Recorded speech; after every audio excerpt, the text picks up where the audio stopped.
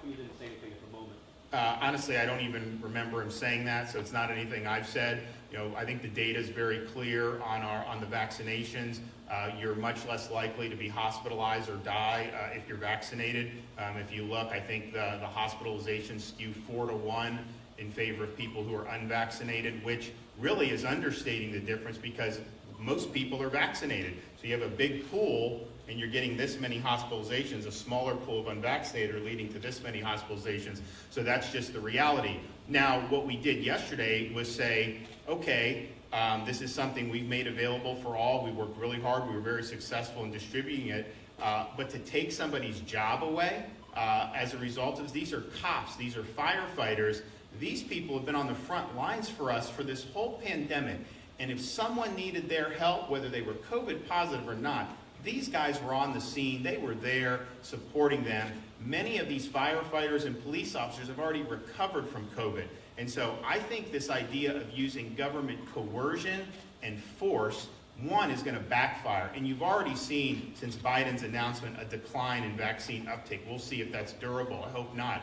I tell you, the J&J pause caused it to crash. If you go look at that, that was a huge mistake that was made. So my view is we shouldn't deprive somebody of their livelihoods and their jobs based on this issue.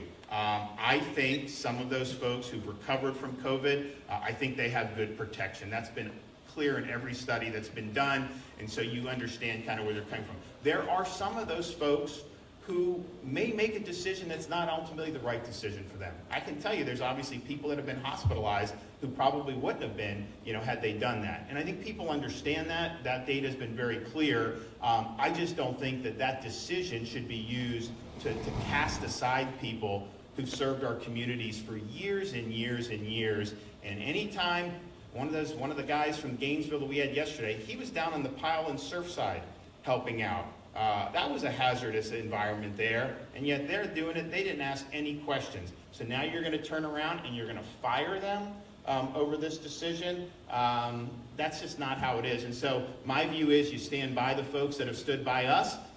Not every decision they make may be the same decision I would make, but at the end of the day, I just think it's fundamentally wrong to cast people aside, ruin their lives, hurt their families, and take their jobs. Yes, sir.